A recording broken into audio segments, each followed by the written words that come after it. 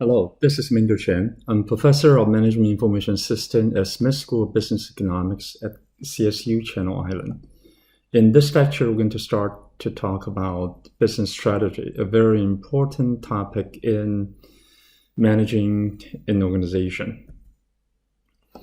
The learning objective for this unit is to understand how strategy fit in the POLC framework, to understand strategy as focus, discipline, and trade-off in making choices.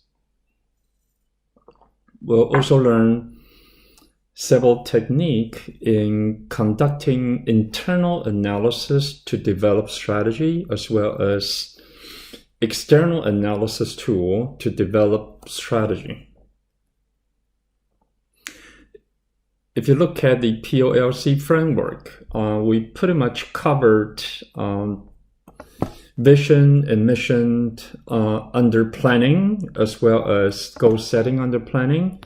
The last missing piece in the planning category in the POLC framework is formulating strategy, and this is what this lecture is all about. Let's kind of define strategy. First of all, strategy is pretty much ill-defined.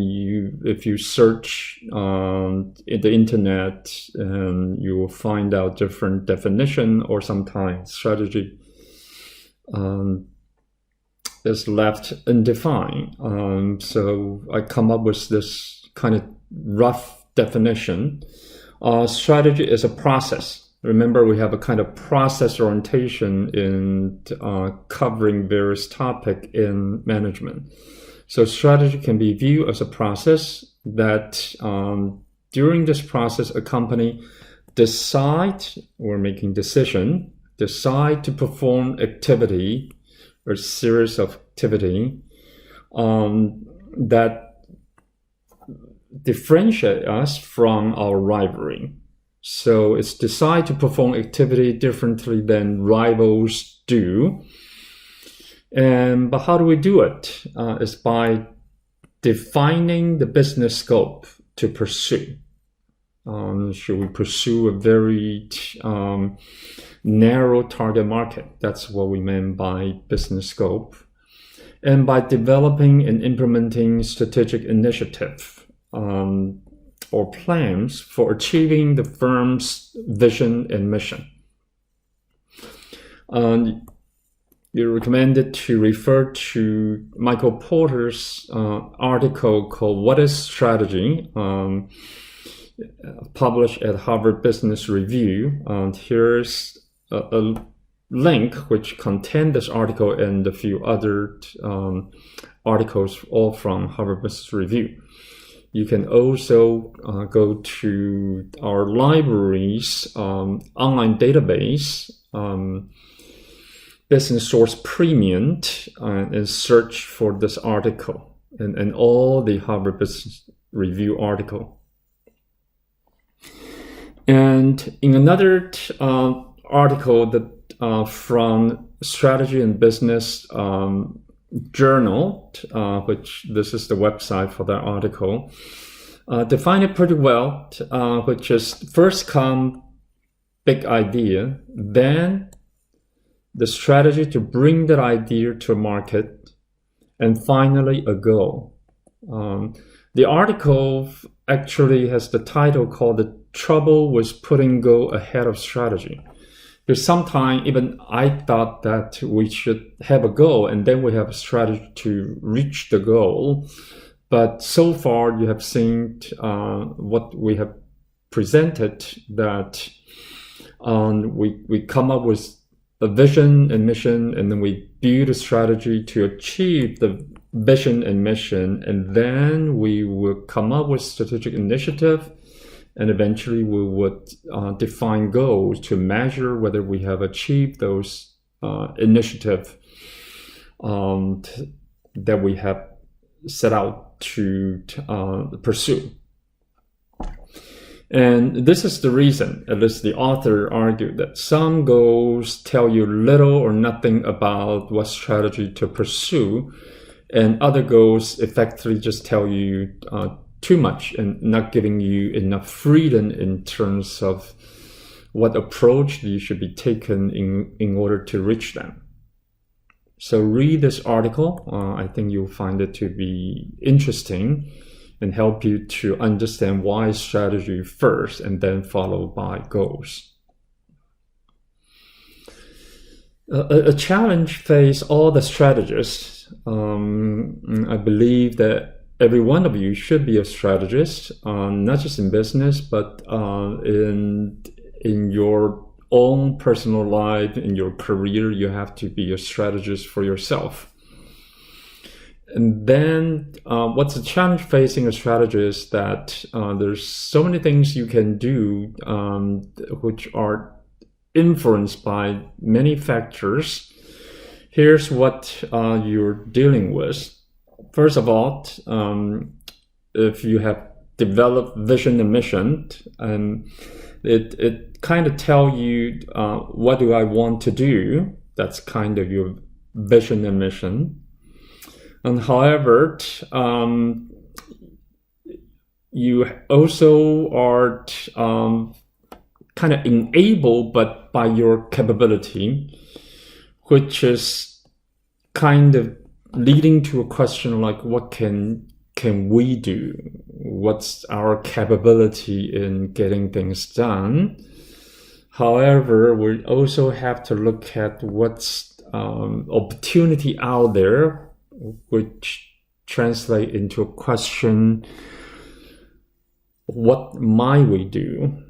And last, not the least, we actually have to take stakeholders and their expectation into consideration in defining not just the vision and mission, but also our strategy.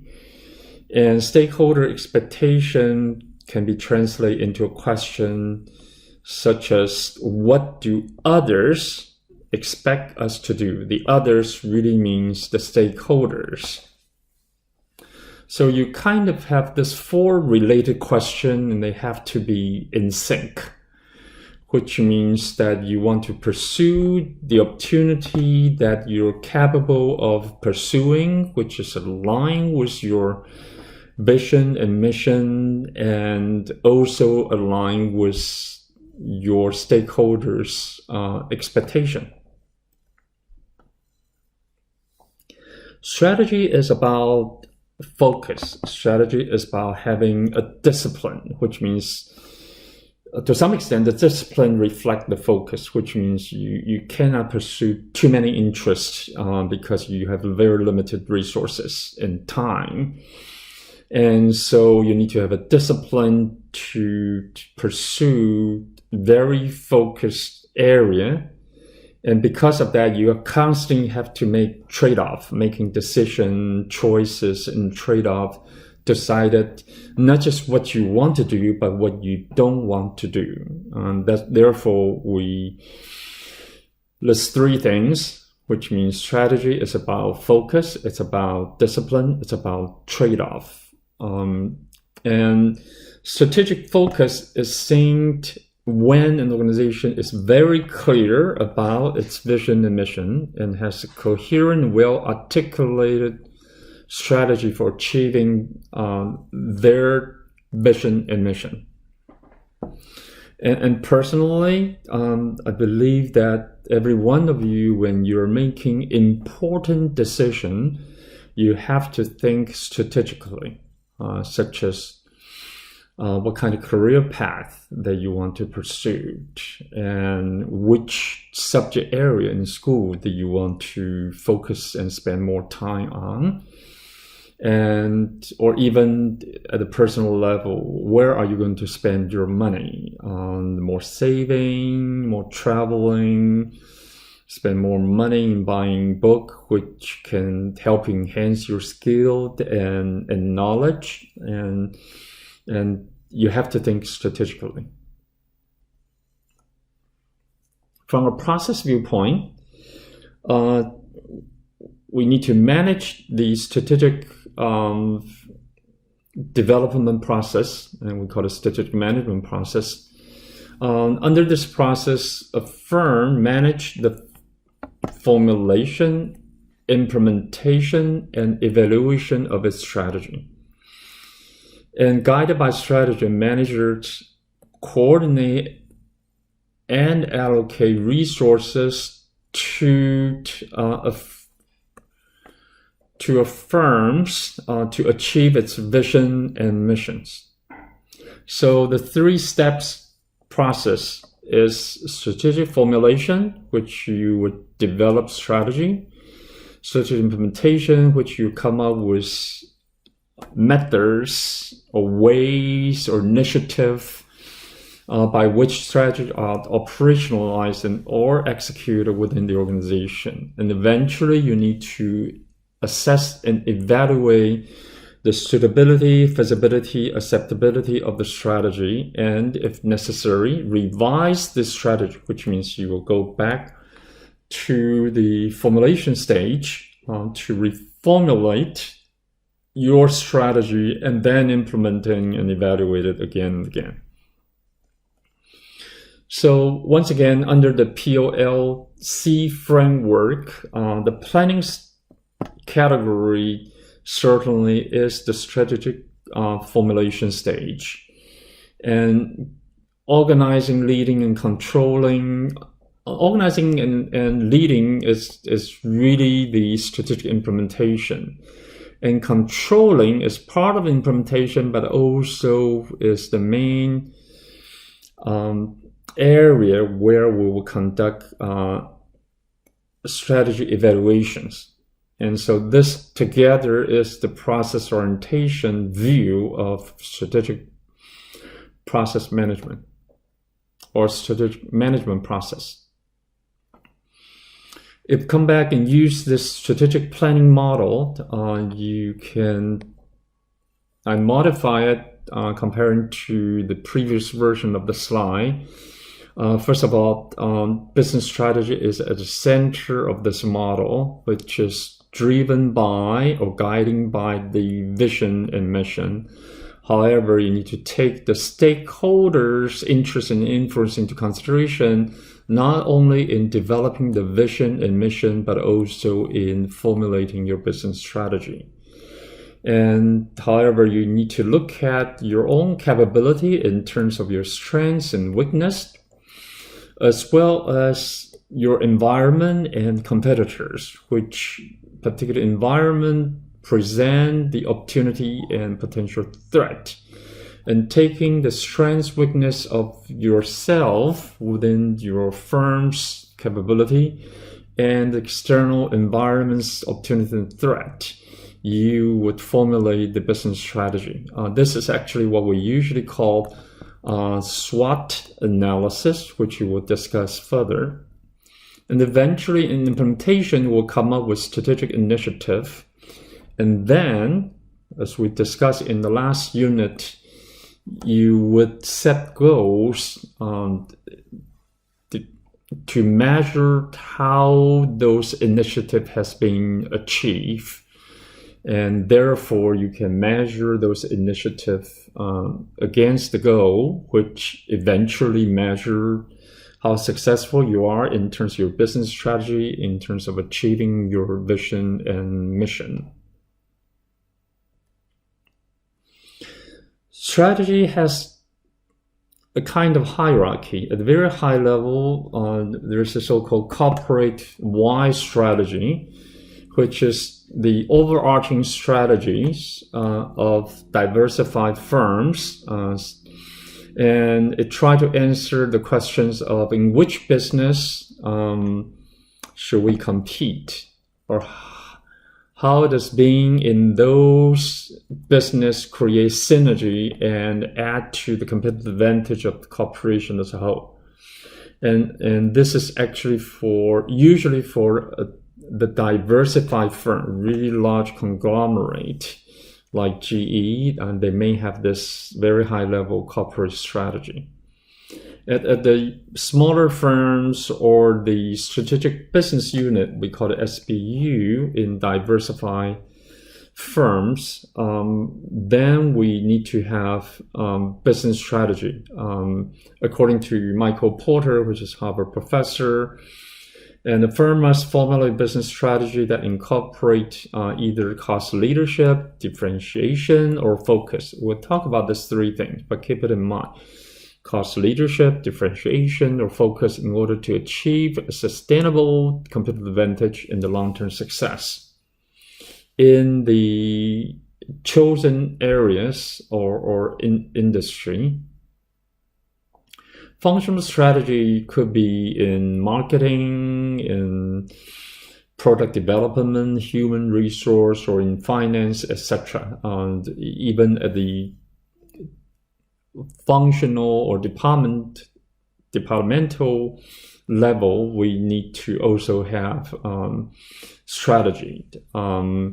The emphasis is on short and medium term plan that is limiting to the domain of each department's functional responsibility. And in this unit, we primarily is focusing on business strategy. However, the theory and the model are applicable to the corporate level or functional level. In strategic planning, we need to understand not just ourselves, but also our competitor. In the classic military strategy book from China, Asian China, called The Art of War, written by Sun Tzu, stated that know the enemy and know yourself. Here I kind of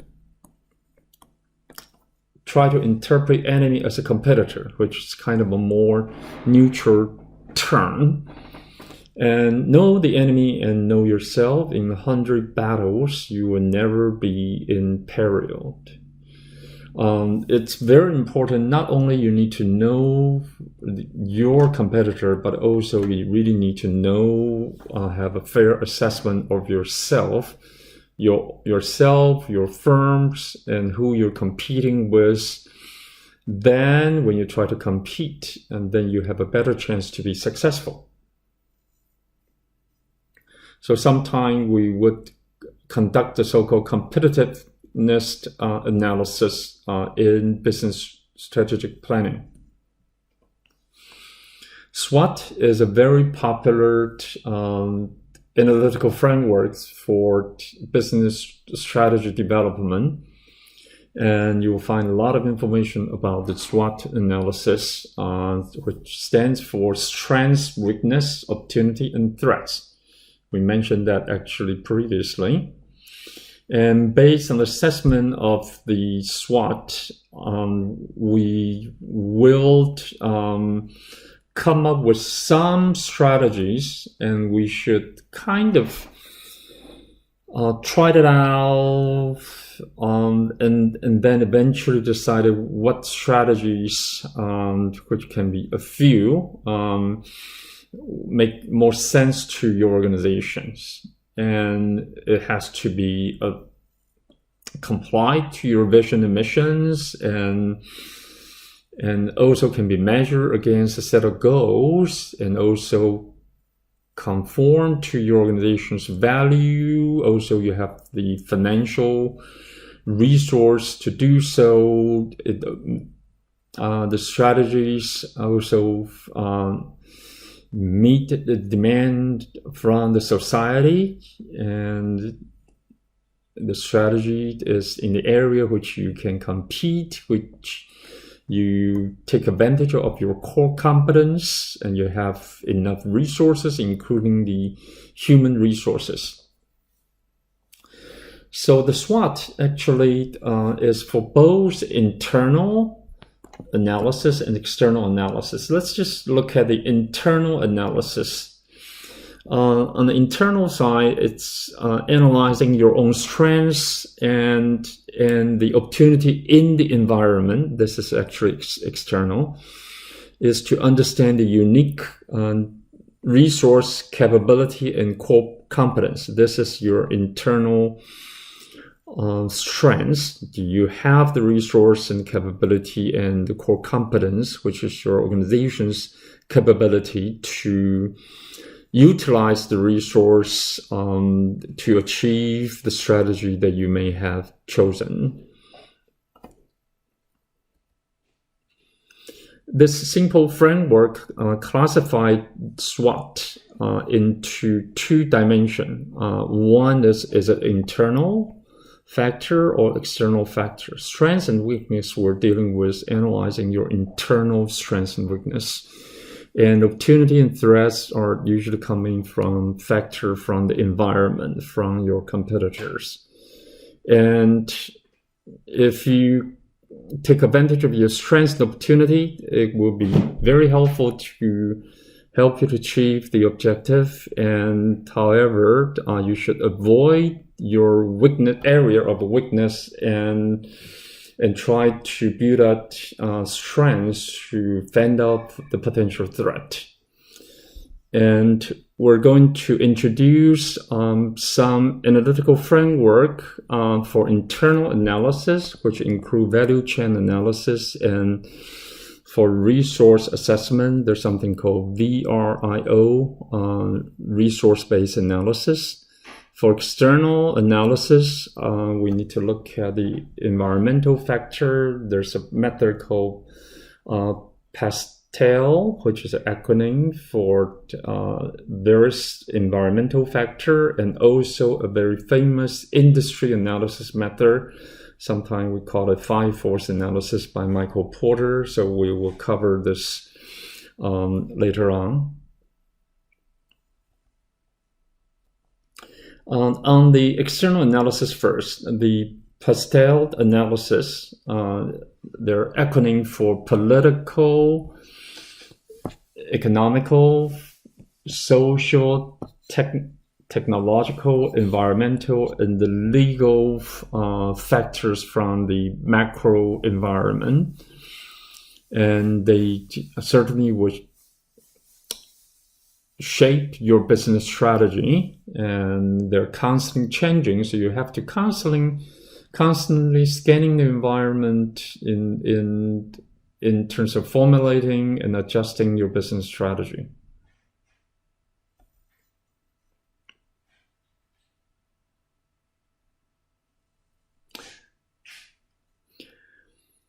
The second external analysis methods is Michael Porter's competitive analysis, and it's also called 5-force model.